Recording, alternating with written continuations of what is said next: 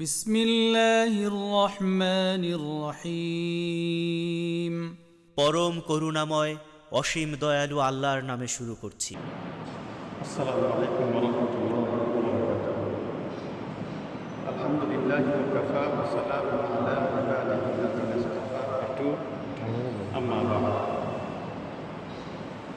ফাকাদ ক্বালা আল্লাহু তাআলা ফী কালামিহিল মাজিদ ওয়াল ফুরকানিল হামিদ। আউযু বিল্লাহি মিনাশ শাইতানির রাজীম। ইয়া আইয়ুহাল্লাযীনা আমানু কুতিবা আলাইকুমুস সিয়াম কামা কুতিবা আলাল্লাযীনা মিন ক্বাবলিকুম লাআল্লাকুম তাত্তাকুন। উপস্থিত সম্মানিত মুসল্লিয়ান কিরাম, এলাকার প্রধানশীল মা ও বোনেরা, মহান রব্বুল আলামিনের দরবারে শুকরিয়া জ্ঞাপন করছি।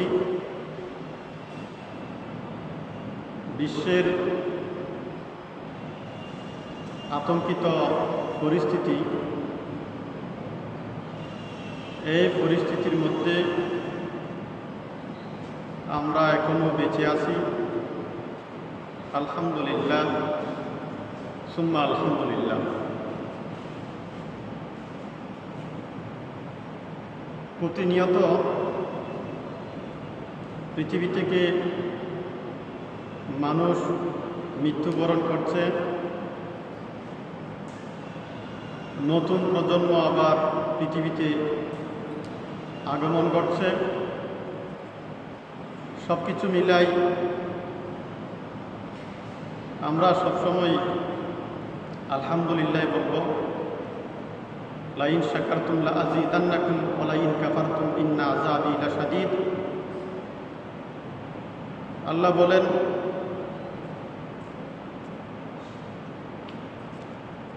যে ব্যক্তি শুকর করবে, যারা শুকর করবে তাদেরকে আল্লাহ তাআলা আরো বাড়িয়ে দিবেন, আর যারা কুফরি করবে তাদের থেকে আল্লাহ তাআলা ছিনিয়ে নেবেন এবং তাদেরকে কঠিন শাস্তিতে নিপতিত করবেন, কঠিন শাস্তি দিবেন। আজকে পবিত্র জুম্মাবার, ইনশাআল্লাহ হয়তো আজকের এশারের নামাজের পরে আমরা কিয়ামুল লাইল, অর্থাৎ আমরা যাকে তারাবির নামাজ বলি, আমরা তারাবির নামাজও আদায় করব। সরকারের দিক নির্দেশনা অনুযায়ী বর্তমান পরিস্থিতি বিবেচনা করে 12 জনের ঊর্ধ্বে মসজিদে তারাবির নামাজ আদায় করা নিষেধ করা হয়েছে। তো আমরা চেষ্টা করব সরকারি বিধিনিষেধ মেনে চলার জন্য। যেহেতু আগামীকাল আমরা রোজা রাখব, রোজাকে আরবিতে বলা হয় সিয়াম। কোরআনের ভাষায়, হাদিসের ভাষায় রোজাকে বলা হয়েছে সিয়াম, এবং রোজার মাসকে বলা হয়েছে শাহরুর রমাদান, রমজানের মাস। আমরা এই রমজানের মাসে স্বাভাবিক যে চলাফেরা, আমরা ওই চলাফেরা থেকে একটু ব্যতিক্রম হয়ে, সতর্ক হয়ে, সচেতন হয়ে চলার চেষ্টা করব। যেহেতু এই মাস খুব গুরুত্বপূর্ণ মাস, এই মাসে মানুষকে জান্নাত লাভের জন্য, জাহান্নাম থেকে মুক্তি দেওয়ার জন্য আল্লাহ তাআলা অসুফিদাতিস শায়াতিন, শয়তানকে শৃঙ্খলাবদ্ধ করা হয় এবং জান্নাতের সকল দরজা খুলে দেওয়া হয়, জাহান্নামের দরজাগুলি বন্ধ করে দেওয়া হয়। আল্লাহ তাআলা পবিত্র কালামুল্লাহ শরীফের সূরাতুল বাকারায় মানব জাতিকে, বিশেষ করে যারা বিশ্বাসী মানব, তাদেরকে উদ্দেশ্য করে বলেছেন, ইয়া আইয়ুহাল্লাযীনা আমানু, হে ঈমানদারগণ, কুতিবা আলাইকুমুস সিয়াম, তোমাদের উপর রোজাকে, সিয়ামকে ফরজ করা হয়েছে, ফরজ হিসাবে লিপিবদ্ধ করা হয়েছে। এই সিয়াম ইসলামের যে মৌলিক 5টি রুকন তার মধ্যে অন্যতম একটি রুকন। সিয়ামকে বলা হয়েছে সিয়াম জুন্নাতুন লিন্নাস, সিয়াম হচ্ছে জাহান্নামের ডাল। আল আদবু জুন্নাতুল লিন্নাস, ভদ্রতা যেরকম মানুষের আত্মরক্ষার ডাল,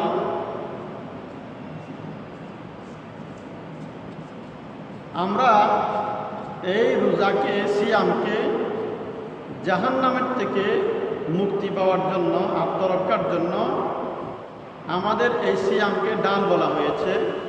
আর সিয়াম জুন্নাতুন লিন্নাস, জাহান্নামের ডাল।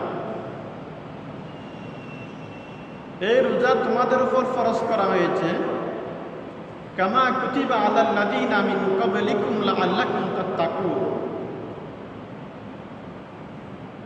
যেরূপ তোমাদের পূর্বে সমস্ত মুমিনদের উপর, বিশ্বাসীদের উপর রোজাকে ফরজ করা হয়েছে। এই রোজা হচ্ছে আত্মার পরিশুদ্ধি, আধ্যাত্মিক উন্নতি, মানবিক মমতাবোধের বিকাশ, তাকওয়া ও সততা অর্জনের জন্য সকল যুগের সকল বিশ্বাসী মানুষের অন্যতম প্রধান অবলম্বন। অতএব আমরা সিয়াম পালন করব লাআল্লাকুম তাত্তাকুন। আল্লাহ বলেছেন এই সিয়ামের দ্বারা তোমরা তাকওয়া অর্জন করতে পারবে। স্বাভাবিক বাহ্যিক দৃষ্টিতে যদি আমরা দেখি, তাকওয়া দ্বারা কিভাবে আমরা সিয়াম দ্বারা কিভাবে আমরা তাকওয়া অর্জন করব। যেমন আপনি চিন্তা করে দেখেন, আমাদের যে কোনো কাজ আমরা যখন করি, এর মধ্যে রিয়া থাকার সম্ভাবনা থাকে, লৌকিকতা থাকার সম্ভাবনা থাকে। যারা রোজা রাখে, ওই রোজা, এই রোজার মধ্যে কোনো রকম লৌকিকতা থাকে না। চাইলে কোনো ব্যক্তি রোজা রাখছে, সমাজের দৃষ্টিতে রোজাদার হিসাবে পরিচিত, কিন্তু ঘরের ভিতর বদ্ধ দরজায় চাইলে উনি খাইতে পারত, ফান করতে পারত, স্ত্রী সহবাস করতে পারত, কিন্তু ওই বদ্ধ দরজায় আবদ্ধ হওয়ার পরেও সে আল্লাহর ভয়ে, তাকওয়া থাকার কারণে সে কিছু খায় না, পানাহার করে না এবং স্ত্রী সহবাস থেকেও বিরত থাকে। তাহলে বোঝা যায় তাকওয়ার অর্থ হচ্ছে মূলত খারাপ কাজকে বর্জন করা আল্লাহর ভয়ে, ভালো কাজকে অর্জন করা আল্লাহর মহাব্বতে।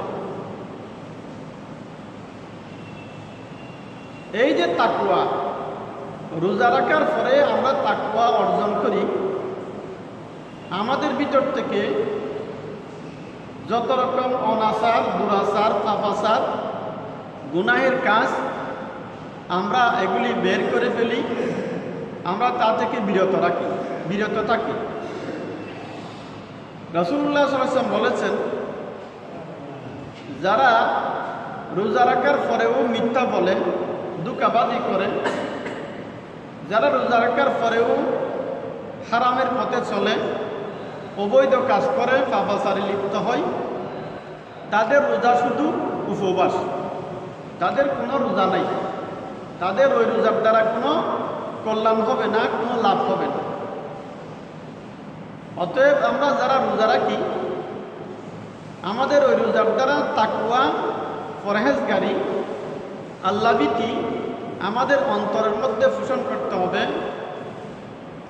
এবং যারা রোজা রাখবে ইনশাআল্লাহ অবশ্যই অবশ্যই তাদের অন্তরের মধ্যে তাকওয়া সৃষ্টি হয়ে যাবে, তাকওয়া প্রবণতা বাড়বে।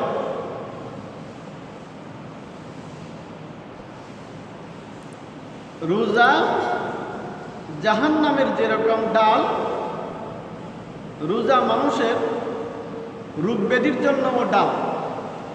বর্তমান মেডিকেল সায়েন্স রোজাকে নিয়ে গবেষণা করে বলছে সিহাতুল জিসমি ফি কিল্লাতিত তাআম ওয়া সিহাতুর রূহি ফি ইজতিনাবিল আসাম। সুস্থ থাকতে হলে রোজা রাখা, পরিমিত আহার করা এবং কম খাওয়া, এগুলি স্বাস্থ্যের জন্য অত্যন্ত কার্যকর। কম খাওয়ার দ্বারা শরীর সুস্থ থাকে, রোজা রাখার দ্বারা শরীর সুস্থ থাকে। বর্তমান বিজ্ঞান মেডিকেল সায়েন্স বলে আমাদের লিভারকে পরিষ্কার করার জন্য, রোজা রাখতে হবে। কারণ রোজা রাখলে আমাদের ভিতরে যে কৃমি আছে, ওই ফুকাগুলি, কৃমিগুলি আমাদের ভিতরের ওই খাবারের অভাবে যে আমাদের খাদ্যনালীর এবং ওই লিভারের যে বডিগুলি আছে ওগুলি থেকে ময়লাগুলি খুঁজে খুঁজে খাই। সেজন্য যারা রোজা রাখে তারা কোনোদিন কোনো মারাত্মক রোগে আক্রান্ত হবে না। বিশেষ করে ক্যান্সার রোগে তারা আক্রান্ত হবে না। ক্যান্সারের কোষগুলি ওই কৃমি ফুকাগুলি খেয়ে ফেলে। সিহাতুল জিসমি ফি কিল্লাতিত তাআম ওয়া সিহাতুর রূহি ফি ইজতিনাবিল আসাম। রূহ, অন্তর, আমাদের অন্তর প্রবল হবে, আমাদের অন্তরে ঈমানের প্রবণতা বৃদ্ধি পাবে যখন আমরা গুনাহ থেকে বিরত থাকব। যে যত বেশি গুনাহ করবে তার অন্তর তত বেশি কালিমা মুক্ত হবে। অন্তরকে কালিমা মুক্ত করতে হলে আমাদেরকে গুনাহ থেকে পরহেজ করতে হবে।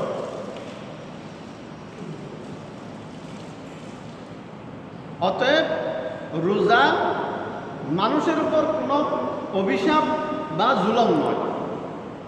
রোজা হচ্ছে মানুষের জন্য রহমত। সেজন্য বলা হয় রোজা রহমতের মাস, বরকতের মাস, হেদায়েতের মাস, মহাব্বতের মাস, মাগফিরাতের মাস, নাজাতের মাস। এবং এই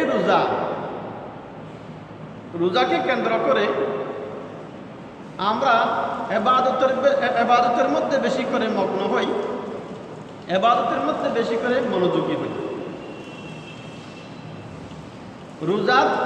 রোজার মাসে আমরা সাধারণত বেশি করে কোরআন স্টাডি করি, কোরআন পড়াপড়ি করি। কোরআনের সাথে এবং রোজার সাথে সম্পৃক্ততা খুব গভীর। আল্লাহ তাআলা পবিত্র কালামুল্লাহ শরীফে রোজার মাসের মধ্যে কোরআন নাজিল করেছে। সেজন্য রোজার মাসের গুরুত্ব বেশি। রোজার মাসের মধ্যে শবে কদর আছে, সেজন্য রোজার মাসের গুরুত্ব বেশি। শবে কদর রাত্রিতে কোরআন নাজিল করেছে, সেজন্য রমজানের গুরুত্ব বেশি। এই কথা মহান রব্বুল আলামিন পবিত্র কালামুল্লাহ শরীফে ইরশাদ করেছেন, শাহরুর রমাদান উনজিলা ফীহিল কোরআন। রমজান মাস যে মাসের মধ্যে কোরআনকে নাজিল করা হয়েছে, কোরআন অবতীর্ণ করা হয়েছে। কোরআন কি জন্য অবতীর্ণ করেছেন? হুদাল লিন্নাস, মানব জাতির হেদায়েতের জন্য, মানব জাতিকে পথ প্রদর্শন করার জন্য। অবাইয়িনাতি মিনাল হুদা ওয়াল ফুরকান। এবং এই কোরআন মানুষকে হেদায়েতের সুস্পষ্ট নিদর্শন, দলিল উপস্থাপন করবে। এবং জায়েজ নাজায়েজ, দাঁত বেদাত, হারাম হালাল, ইবাদত বেদাত, তৌহিদ শিরক, যত সব সংশয় আমাদের মধ্যে আছে সবগুলি দূর করবে একমাত্র কোরআন। কোরআনকে বলা হয়েছে ফুরকান, ওয়াল ফুরকান, হুদাল লিন্নাস ওয়া বাইয়িনাতিন মিনাল হুদা ওয়াল ফুরকান। অতএব এই রমজান মাসের মধ্যে তাকওয়া অর্জন করার জন্য, নিজেকে মুত্তাকি বানানোর জন্য কোরআন স্টাডি করা, কোরআন বুঝে পড়া আমাদের জন্য অপরিহার্য। কোরআন আজকে আমরা কোরআনের খতম নিয়ে আমরা বাড়াবাড়ি করি, কোরআনের খতমের প্রতিযোগিতা করি। কোরআনের খতমের প্রতিযোগিতা করা, কোরআনকে নিয়ে এত বেশি বাড়াবাড়ি করা শরীয়তের কোনো অংশ নয়। শরীয়তের মৌলিক অংশ হচ্ছে কোরআনকে বুঝে পড়া। আল্লাহ তাআলা পবিত্র কালামুল্লাহ শরীফে কোরআনকে পাঠ করার জন্য, তিলাওয়াত করার জন্য যে সমস্ত শব্দ উচ্চারণ করেছেন, উতলু মা উহিয়া ইলাইকা মিনাল কিতাব, আল্লাহ বলেছেন আমার পক্ষ থেকে যে ওহী তোমাদের উপর নাজিল হয়েছে, কিতাব নাজিল হয়েছে, সেই কিতাবকে তোমরা তিলাওয়াত করো। তেলাওয়াত অর্থ হচ্ছে কি? অনুসরণ করা। তেলাওয়াত অর্থ হচ্ছে কি? বুঝে বুঝে পড়া। কিন্তু আফসোস, আমরা আজকে ওই কোরআনের জ্ঞান না থাকার কারণে, কোরআনের সমঝ না থাকার কারণে, কোরআন বুঝে না পড়ার কারণে আমরা ফরজকে সুন্নতের মর্যাদা দিই না এবং সুন্নত মুস্তাহাবকে ফরজের উপরে উঠাই।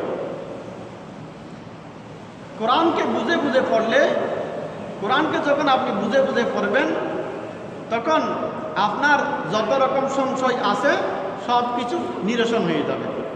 কোরআনের সবচাইতে বড় মুজিজা, জ্বলন্ত একটি মুজিজা, কোরআন আপনি যখন পড়বেন মনে হবে আজকের দিনে আপনার জন্যই কোরআন নাজিল হয়েছে।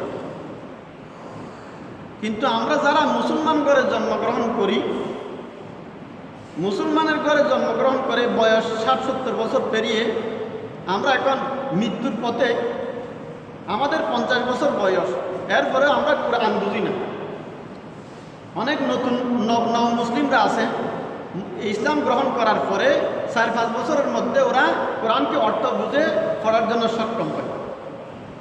কোরআনকে অর্থ বুঝে যখন পড়বেন না, কোরআনের যখন অর্থ বুঝবেন না, তখন আপনার ইসলামের যে মৌলিক বিধিবিধান এগুলি পালন করার জন্য আপনি ব্যর্থ হবেন।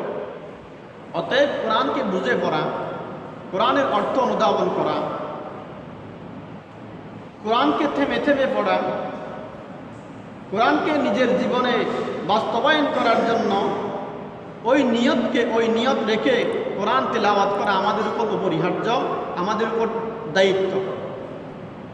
সম্মানিত মুসল্লিয়ানে কেরাম, আমরা যারা কোরআন তেলাওয়াত করি আমাদেরকে বুঝতে হবে হাযা বায়ানুল লিন্নাস ওয়া হুদা ওয়া মাউইযাতুল লিল মুত্তাকিন।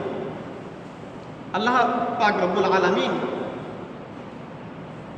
কোরআনের পরিচয় দিতে গিয়ে বলেছেন এই কোরআন মানব জাতির জীবনের ব্যাখ্যা। আমার জীবন আমি কোন পথে পরিচালিত করব তার ইনস্ট্রাকশন, দিক নির্দেশনা আমি এই কোরআন থেকে নিব।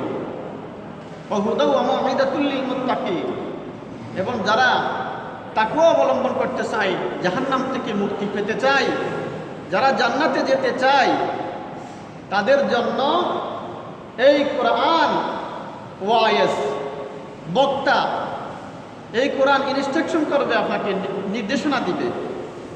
অতএব কোরআনকে বুঝে পড়তে হবে। কোরআন এবং রমজানের রোজা একটা আরেকটার সাথে এমন সম্পৃক্ততা মনে করতে হবে। আপনার ডাক্তার আপনার রোগের যে প্রেসক্রিপশন দিছে, ওই প্রেসক্রিপশনের মধ্যে যদি 2টা ওষুধ থাকে, আপনি 2টা ওষুধ থেকে যদি একটা ওষুধ খান, আরেকটা ওষুধ যদি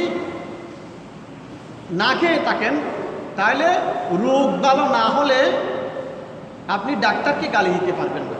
কারণ প্রেসক্রিপশনে ছিল 2টা ওষুধ, আপনি একটা ওষুধ খেয়েছেন, একটা ওষুধ কিনেন নাই, খান নাই। তাকওয়া অবলম্বন করার জন্য কোরআন স্টাডি করতে হবে।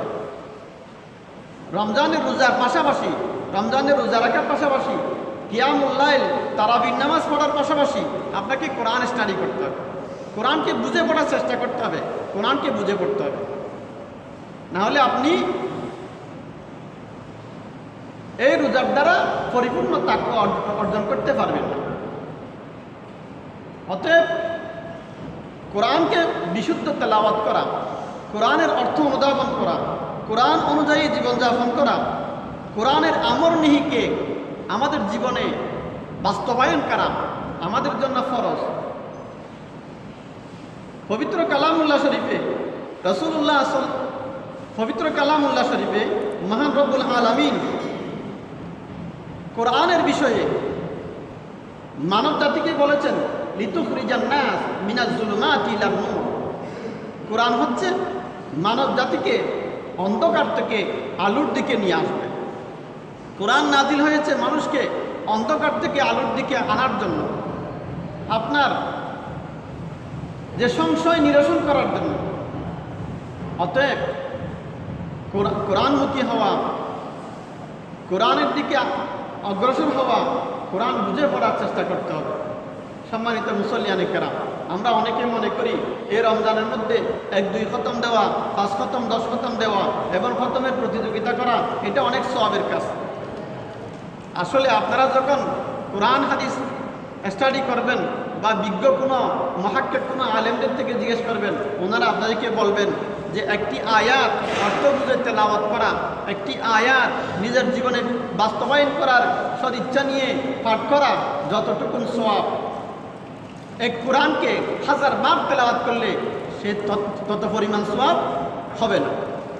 অতএব সবাইকে চেষ্টা করতে হবে, এই রমজানের মাস খুব গুরুত্বপূর্ণ মাস। এই মাসের মধ্যে আমরা গীবত, সমালোচনা, বাজে আড্ডা থেকে, আমাদের বাজে গল্প থেকে আমাদের সময়টুকু আমরা সেভ করে যাতে আমরা কোরআনমুখী হই, কোরআনকে নিয়ে যাতে আমরা চেষ্টা করি বুঝার জন্য। আপনি একটিবার আপনাকে প্রশ্ন করেন, আপনি একটিবার চিন্তা করে দেখেন, আপনার কাছে যদি এই দেশের একজন মন্ত্রী, মিনিস্টার, এই দেশের একজন চেয়ারম্যান যদি পার্সোনালি যদি কোনো একটা চিঠি যদি প্রেরণ করে, আপনি পড়তে পারেন না, কিন্তু ওই চিঠি পড়ার জন্য, বোঝার জন্য আপনি কত চেষ্টা করেন। যারা পারে তাদের কাছে যান যে চেয়ারম্যান সাহেব আমার জন্য চিঠি দিছে, এই চিঠিতে কি লেখছে আমাকে একটু পড়ে বোঝান।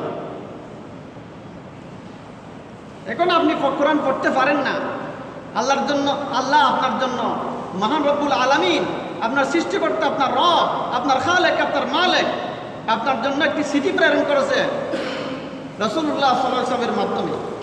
আপনি ওই চিঠি পড়তে পারেন না এবং ওই চিঠিতে কী লেখছে, ওই মেসেজের মধ্যে কী দিছে এটা আপনি বুঝার চেষ্টাও কোনোদিন করেন নাই, বুঝেনও নাই। তাহলে কাল কিয়ামতের ময়দানে আল্লাহর কাছে আপনি কি জবাবদিহি করবেন?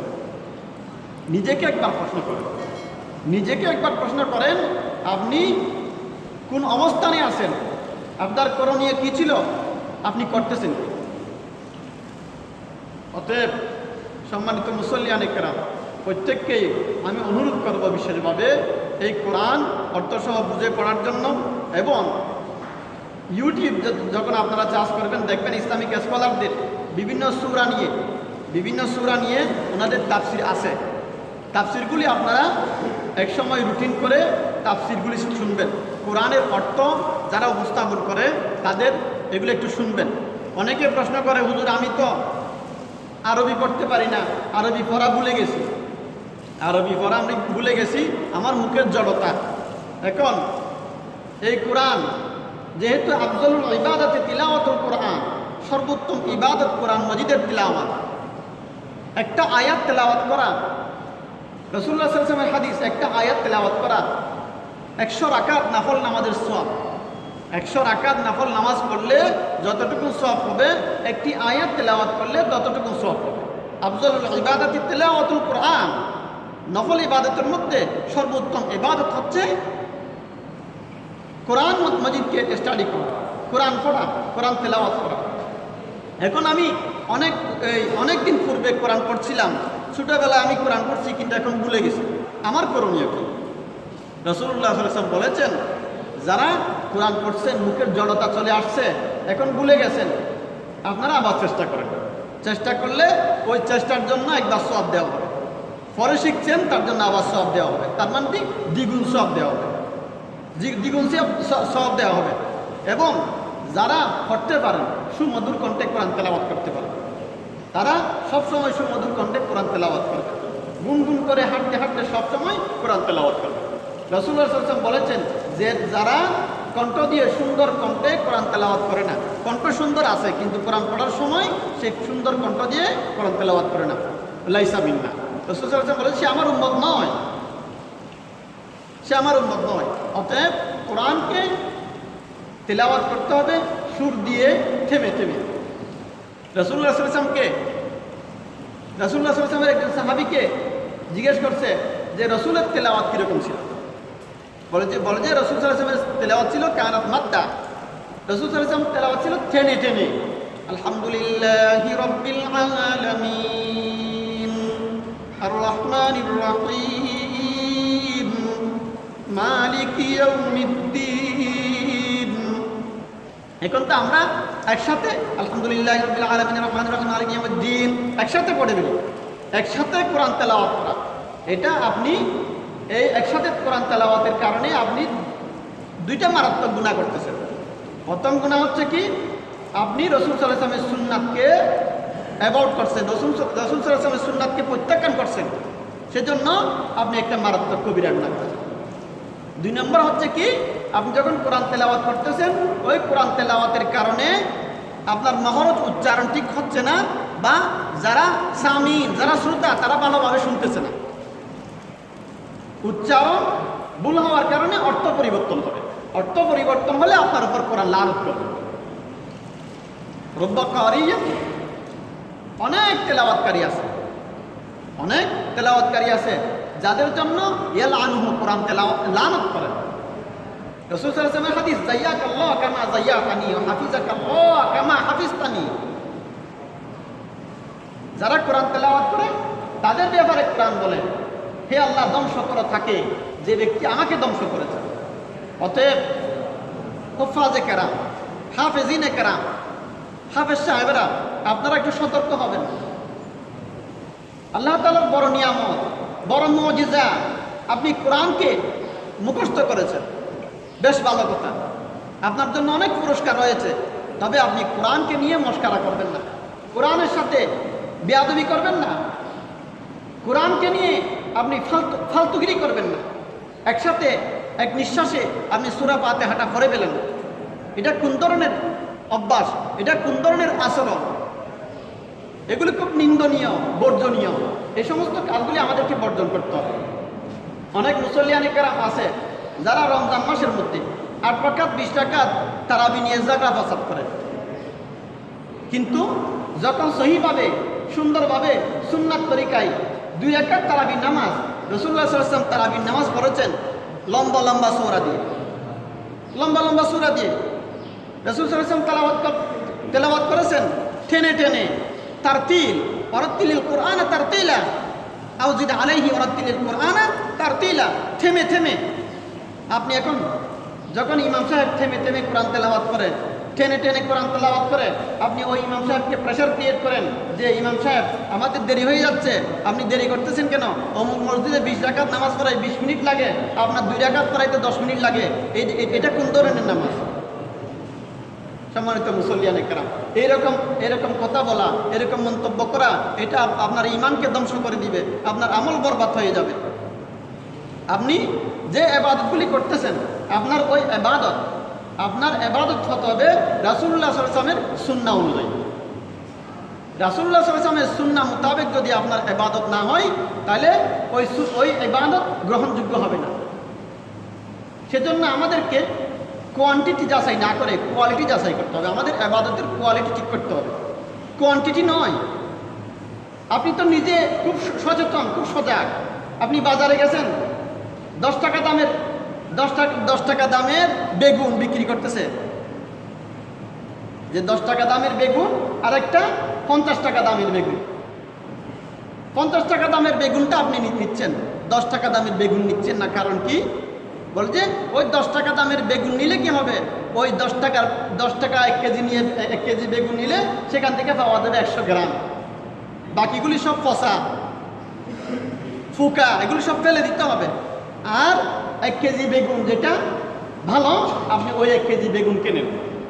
তাহলে দুনিয়ার বেলায় আপনি সব ঠিকঠাক, কিন্তু শরীয়তের বেলায় আপনি একেবারে টুকটাক। যদি এরকম আচরণ হয় তাহলে বড় ক্ষতিগ্রস্ত। অতএব আপনারা যারা এই রমজান মাসের মধ্যে ইবাদত করার জন্য ফাঁকাফুক্ত এরাদা করেছেন, আল্লাহ তাআলা সকলকে ইবাদতের মধ্যে মনোযোগী হওয়ার জন্য, সহি ইবাদত করার জন্য তৌফিক দান করুক, আমিন।